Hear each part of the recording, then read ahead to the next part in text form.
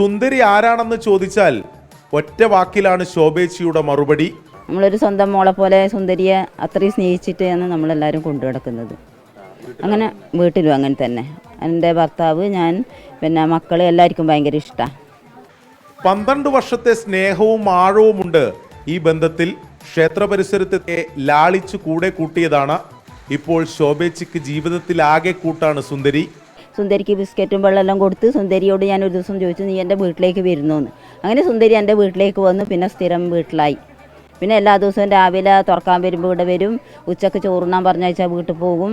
പിന്നെ 2:30-3 മണിയാകുമ്പോൾ കോൾ തിരിച്ചു വരും. പിന്നെ എല്ലാ കടകളിൽ നിന്നും ഹോട്ടലിൽ നിന്നെല്ലാം പൂരിയെല്ലാം മേടിച്ച് കൊണ്ടുവന്ന് ഈ വാതൊക്കെ കൊണ്ടുവന്നിട്ടേ തിന്നൂലും. അങ്ങനെ രാത്രി ഞാൻ പീടിയെ പൂട്ടുന്നവരെ ഓളിവിടെ നിൽക്കും. എൻ്റെ പീടിയെ പൂട്ടിയിട്ട് രണ്ടാളും ഒന്നിച്ചു പോകും.